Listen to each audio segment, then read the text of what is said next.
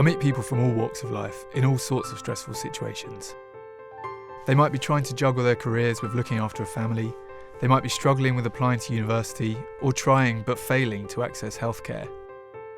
But when discrimination is involved, the situation can become unbearable, because discrimination strikes at the very heart of someone's self.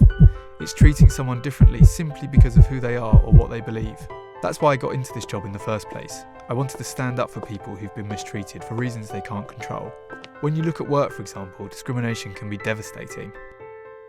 I've heard the same thing so many times. My clients feel like something is wrong, that they're not being given the same chances as everyone else.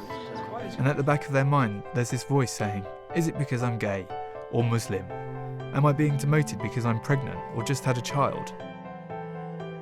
Worse than that, it might be open harassment, like racist or sexist language dressed up as banter. The problem is, many people think they're just expected to put up with it. If they show they're affected by what people are saying or doing, then they're worried they'll be seen as weak and it will mean they won't get on. It's often only when the situation gets to crisis point that they're driven to do something about it.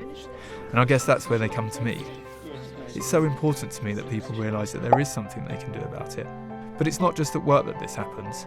It might be polling stations without proper access for disabled people, or health authorities denying services because of someone's age, or a shop refusing to serve a customer because of their race. It definitely takes courage to bring a discrimination case, but it's so much easier if you've got us to fight your corner.